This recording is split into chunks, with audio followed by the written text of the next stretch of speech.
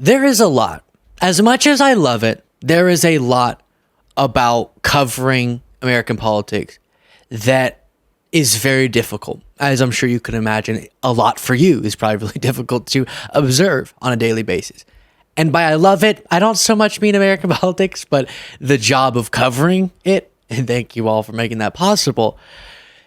One thing I do get joy out of, though, is watching Trump so viscerally, physically, and visibly struggle to answer questions about his faith, which his faith has to be in quotations, because does he have a faith? I don't think so. Now, while you watch this clip, notice how uncomfortable Trump seems. Then I'm going to get to an example, actually numerous examples of him in the past getting asked the same question. So he knows at this National Faith Advisory Board convention with Paula White that he's going to be asked this question. He knows it. He's been asked it before.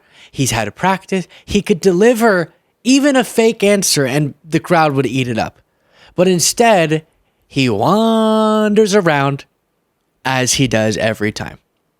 Why is it that he's so willing to lie about so many things, but not be able to tell a compelling lie about his quote unquote faith? While you're watching this, please do click the subscribe button if you haven't yet. We are trying, it seems impossible almost, but you can make it possible to cross over 1 million subscribers by Election Day. So if you're not subscribed, please do. Thank you so much to all the people every day who are. I really do appreciate it. Here is Paula White and Trump. Let's talk about how is faith formed in you and what does it mean to you? Well, thank you very much. How is or has, she said, faith formed in you? And what does it mean to you? See if he answers that question. In you and to you. You're the person. What does it mean to you? Not just general statements about religion, which he will get to. And my only defense of him, if I wanted to for some reason, which I don't, but I guess I'll pose this to you all. Do you think he just can't answer the question, or here he talks so long about Paula White's background, which you're about to watch, that he genuinely forgets? Because he may have just genuinely forgotten, and he looks around and goes, well, this is some faith event, so I'm just going to start talking about how religion's under assault. Much, Paula, and you have been. I've known you for a long time, and she's a great person, a great woman, and really, it's an honor. It's an honor. It really is, and she's a hard worker too. Boy, does she work!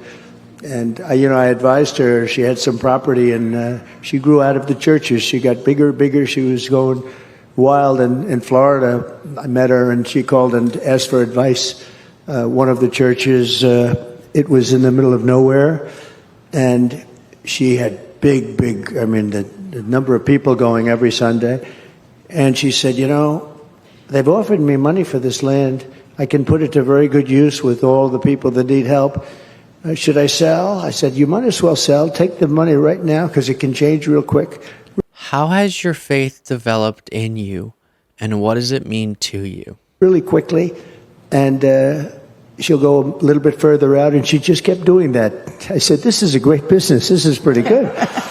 But she put the money to great use, and you've helped so many people, and it's really great.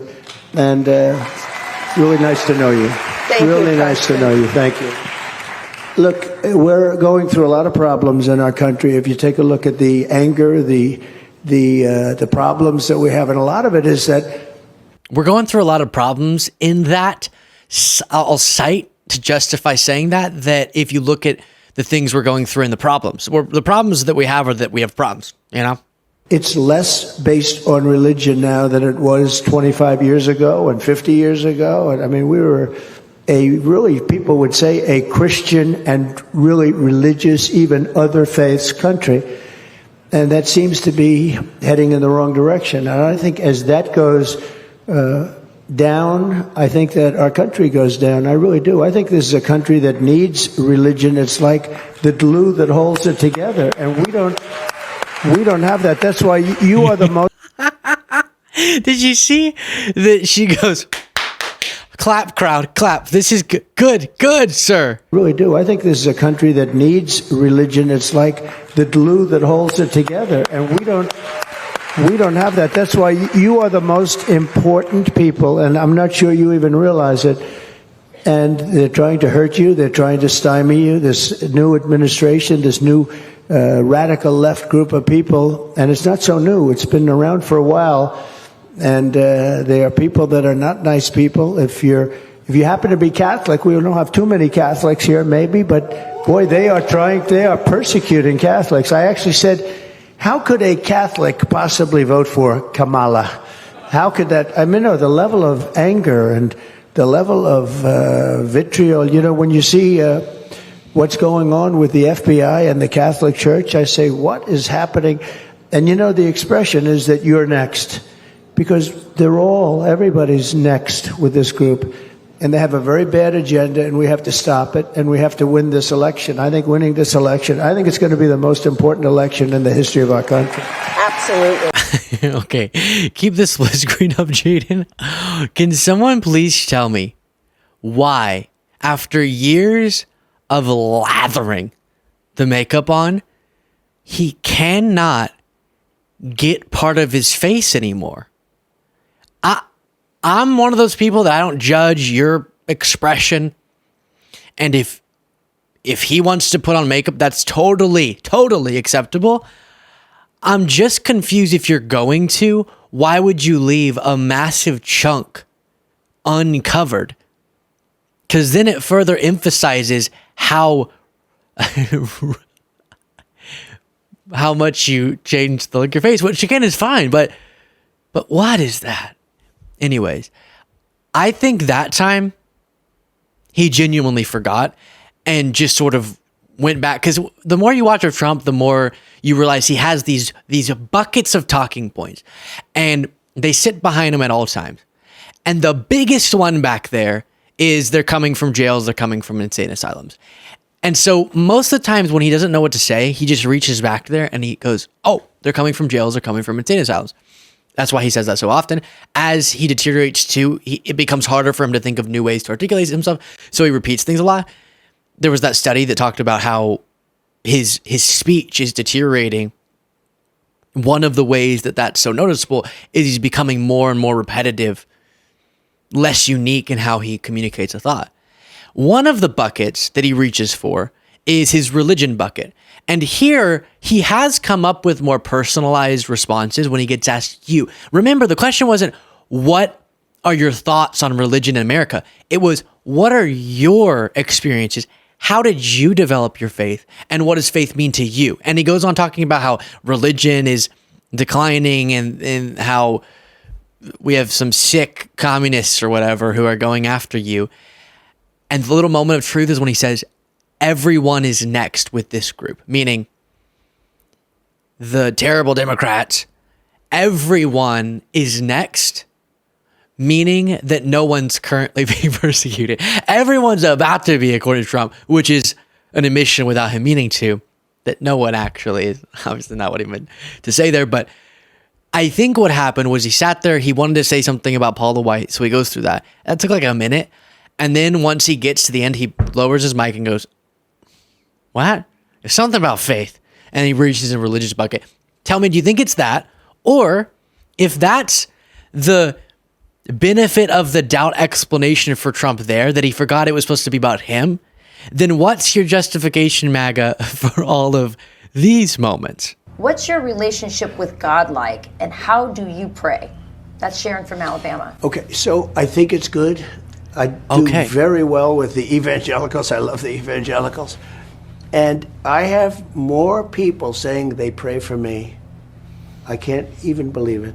And they are so committed, and they're so believing. They say, sir, you're going to be okay. I pray for you every night. I mean, everybody, almost, I can't say everybody, but almost everybody that sees me, they say it. It's such a beautiful thing. You know what's a beautiful thing, too? When you look at all of this bad stuff going on, they have nothing to look up to. They have no God. They have no anything. They kill people. They beat people. They push people into subways. There's just nothing there. Religion is such a great thing. What? Kamala does? Or what are we talking about? No, I know he's probably fear-mongering about migrants, but or criminals in general. I don't know. It keeps you, there's something to be good about. You want to be good. It's so important. And I don't know if it's explained right. I don't know if I'm explaining it right now. But when you have something like that, you want to be good. You want to go to heaven, okay? You want to go to heaven. If you don't have heaven, you almost say, what's the reason? Yeah. Why do I have to be good? Let's not be good. What difference does it make? Sometimes I find that to be a weird little admission from people. I find faith to be a beautiful thing. Why, though, do you assume, Trump, that if you didn't believe what we know you don't believe, okay? I've seen your life. You're not abiding by Christian principles. Come on now. But if you didn't believe that, you'd be out murdering people, which is what he said. So you mean to believe, Trump, if your parents didn't raise you as Christian, or you didn't come to that belief that also you don't hold, so it's kind of a strange circular thing there, but that you'd be out just shoving people in front of subways?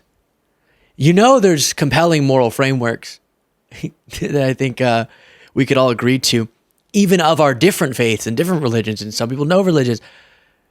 There's certain, as we've actually learned societally, and we're doing a pretty good job of it historically, to enforce moral principles like don't kill people, even when not every person agrees on what the ultimate source of such a principle is.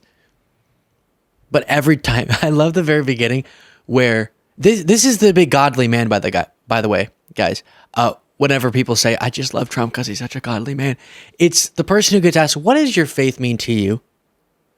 And in one of the instances, just sort of fearmongers about Christians being under assault, and Paula White has this great business model, done good for people, and Kamala Harris is terrible.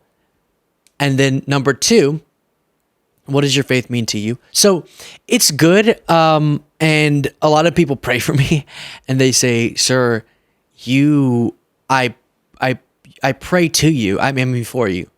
I pray every night to you. I mean, for you. Dang it. Gosh. Every time I go to one of your rallies, I'm just praying to you. I mean, for you. Gosh, it just keeps happening. Oh, gosh. Then you had this instance. I went to Sunday school, which was good and which was expected. It was like everybody goes to Sunday school.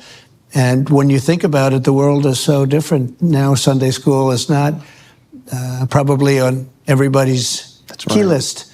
But I remember in those days it was something that was very important. I remember it so well. I'd sit there and you'd learn all of the different, you'd go through the Bible basically. What's the greatest book. That blows this book away, I have to be honest with you. That's good. And glad to hear you say that. Yeah, but so I grew up in that atmosphere, and I think that made it easier for me to do what I'm doing now. But I think this was also the interview that he talked about how he spoke at a pro-life march, and it was like, that's the best thing you could come up with? You spoke at somewhere for a political reason, but you are connecting that to your personal journey. And then you have this. You've been a man of faith. You go to church. When is that happening? You believe in God. Has this further your belief, your commitment? And obviously, God, in addition to that chart, saved your life. He has a purpose for you.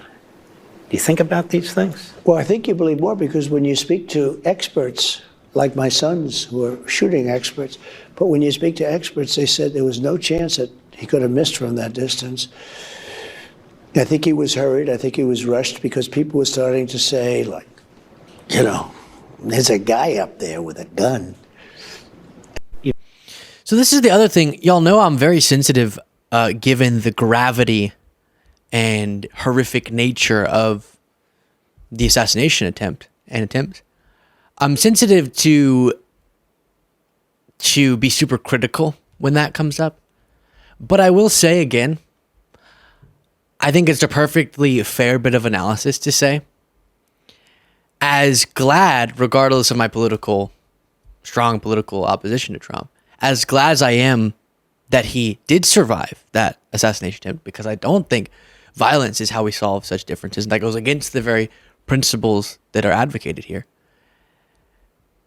I really am not comfortable with people saying God must have protected Trump and allowed his supporter to be killed. He redirected the bullet, God did that is, so that it would only graze Trump's ear but kill his supporter Corey. That I'm not at all comfortable with, which is the argument Trump's making there and he'll make rather often. And then you have this doozy. How do you do this? Oh gosh, well, I forgot that. I thought, and I guess I'm wrong because this interview happened a long time ago. I could have sworn that I wasn't directly quoting MAGA interviewers when I mock the Trump softball interviews by going, "Sir, how do you do this?" But apparently I was just quoting people. They will literally look at him and go, in this hard-hitting interview, you know what I want to ask? How do you do it? How do you do this? Where do you draw your strength from? We're talking about faith. How do you do this every day? How do you get up and fight for every single one of us? It's probably the biggest question I get. The second biggest would be, they're not going to be allowed to do it again. Okay, you know what that means, okay? Quite the question there, huh? They're not going to be allowed to do this again, period. That's number two. But number one is, how do you do it? One of the reasons is that I have the highest poll numbers people have virtually ever seen. You're beating these people by 60 points, and we're beating Biden by a lot. How do you do it? Oh gosh. How do you do it? I just, it's heavy. You get indicted because you broke the law? How? I mean, it's just, you. By the way, that interview happened before the assassination attempt, so that's not what she was asking about. She's talking about being criticized and being indicted is what she's referring to there. How, sir? I'm just, every single one of us prays to you. I mean, for you. Jesus, I mean Trump. Oh, gosh, all the mess ups. Yeah, it's strange. And then this one, just to sort of, every time this topic comes up, we gotta go to this.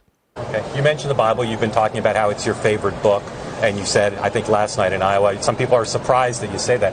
I'm wondering what one or two of your most favorite Bible verses are and why. I wouldn't want to get into it because to me that's very personal. You know, when I talk about the Bible, it's very personal. So I don't want to get into verses. I don't want to get into. There's no verse that means a lot to you that you think about or cite? The Bible means a lot to me, but I don't want to get into specifics. Even to cite a verse that you like? No, I don't want to do that. You're an Old Testament guy or a New Testament guy? Probably equal. I think it's just an incredible, the whole Bible is an incredible, I joke very much so. They always hold up the Art of the Deal. I say my second favorite book of all time. But I just think the Bible is just something very special. I always find that interesting because he goes, it's just super personal. I wouldn't want to talk about that. Wait. It's too personal and individualized for you to share your favorite verse, but not for you to advocate for religious liberty and for you to talk in terms that so replicate that and to advocate for positions that so replicate that of someone who does think we should have state religion. You can force it onto other people, but don't ask me my favorite verse. That's way too personal. Okay. Let me know. Do you think on the first clip Trump just is doing his normal avoidance or giving him the benefit of the doubt? He actually blanked the question was about his faith and not just religion and gave that rambling answer. Also, if you want to support the work we do, you can do so by clicking the join button below.